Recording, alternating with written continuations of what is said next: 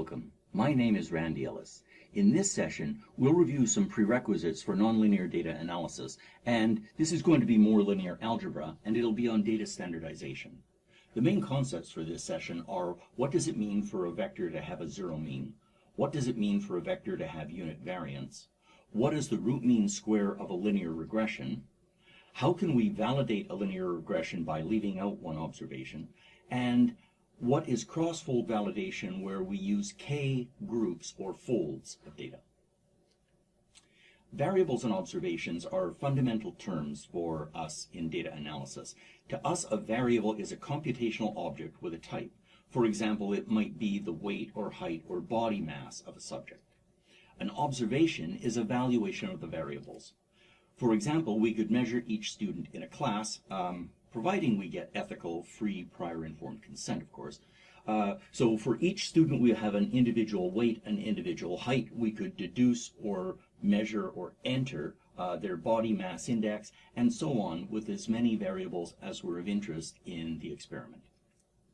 So we're going to put variables in columns, which means there are vectors. Because they're all of the same type and they're real numbers, we can perform vector operations on them.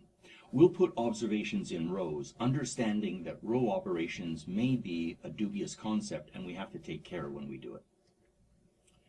Vector standardization results from difficulties that Carl Friedrich Gauss noted in linear regression, and the foundations were given in about 1900 by the great statistician Karl Pearson, who was looking at statistical variables, but they apply to our vectors just as well.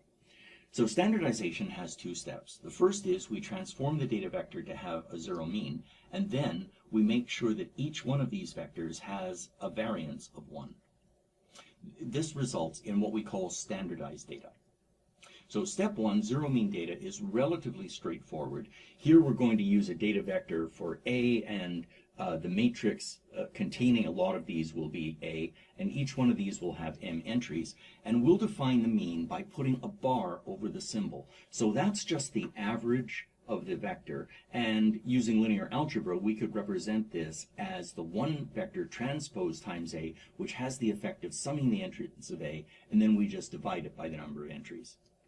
If we want to do this for an entire matrix, here we're going to slightly abuse terminology, because this will return an observation. If we do 1 transpose times the matrix, it'll give us an observation. And then A minus the observation in MATLAB, we just do A minus the mean of A. And MATLAB understands that what you want to do is you want to subtract this observation from each of the observations in your matrix A. This preserves the type of the vector. The next thing that we do in standardization is we want to make it unit variance. So there are two kinds of variances in statistics. MATLAB's default is the sample variance, and for statistical reasons, instead of dividing by the number of observations, we divide by 1 less, because the zero mean has taken away a degree of freedom. And this is a standard formula for it, and the variance we represent using the symbol sigma squared. The standard deviation is the square root of the variance, and that is more of what you might know, and here it's the norm of the difference between a vector and its mean, and then we divide by now the square root of 1 less than the number of observations. So many statistical methods assume that your data are zero mean and unit variance. So the way to get this is we divide the zero mean data by that sample standard deviation. So again, we're always going to be using the sample in our material. So the standard form of a vector is now 1 divided by the standard deviation of the zero mean vector, and in MATLAB there's a convenient function called z-score, which does all of these computations for us. So this function also, if you want, will return the mean, and it will return the standard deviation. So this gives us a vector that is dimensionless. It's dimensionless because we've done these divisions. So a design matrix for a regression is this. We started out as having observations times some weights are approximately some dependent observations. In statistics and machine learning, we often have a standardized data, and this is traditionally represented by X. So if we use A, it means we have our original experimental observations, and if we have X, then we've done something to it. We've standardized it.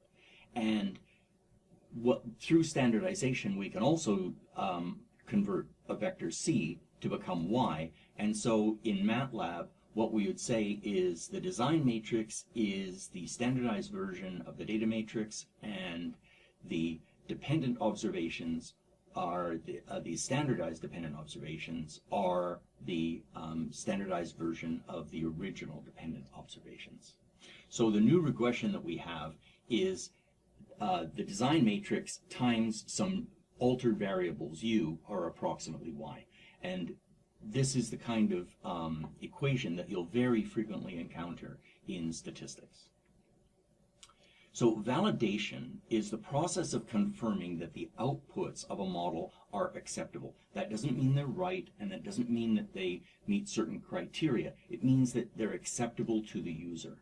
And for linear regression, we have put our independent standardized data in X and our dependent standardized data in Y.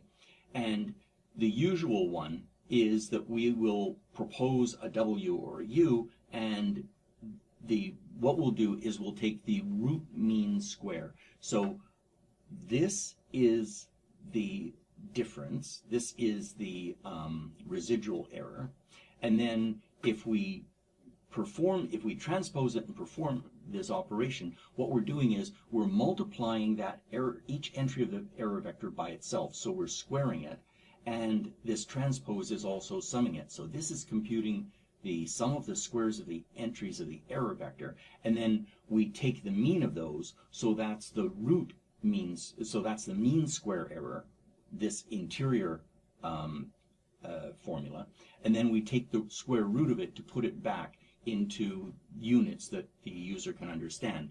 So this is the root mean square of our data. So this measures the fit of the model to all of the data. So to fit and predict or train and test, the simplest idea is we could hold back one data pair. So we'll hold back one row of our design matrix, and we'll hold back one standardized observation, and we'll fit our variables to the training data that exclude this one, and then we'll predict the model output using this this training, and we'll then compare it to its dependent variable. And this gives us one prediction, and we could repeat this m times. This is often referred to as a leave one out strategy. It's effective if there's a single statistical outlier in our data, but if our data have a larger number of outliers, then this is not really an effective way to measure the prediction power of our model. So instead, in machine learning, what we do is we divide our data subsets. Instead of just taking 1 and m minus 1, what we do is we have a number of subsets that are approximately equal, and these are called folds. And the easiest way to think of this is two folds. So what you would do is you divide your data approximately equally, you train on this, you test on this, then you train on this, and you test on this, and that will give you two-fold validation. If we had 3, we would train on these 2 and add this one, then train on these 2 and compare to this one, and so on. Well, you can see that you could extend this arbitrarily, and typically what we find in machine learning is that if we use 5-fold or 10-fold cross-validation, this gives us a really good idea of how well our model is behaving on our data. And turns out that this has a very nice time complexity. So how can we summarize the results of this session? Well, zero mean versions of data allow for the offset, and the unit variance version allows us for the dispersion. Together, these are called standardized data. The root mean square measures the quality of a linear regression. We could use k-fold validation to measure the consistency of the regression across our entire data set.